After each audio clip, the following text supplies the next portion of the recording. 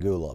Also during that meeting, Coastal Mississippi CEO Judy presented Kell with the Mississippi Tourism Association's Community Volunteer of the Year Award, honoring her long-standing leadership and dedication to restoring passenger rail service along the coast.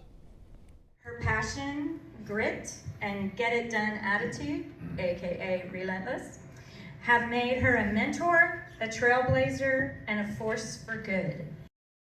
The recognition, announced earlier at the MTA Governor's Conference on Tourism, highlights Kell's continued impact on tourism growth, transportation progress, and community development across coastal Mississippi.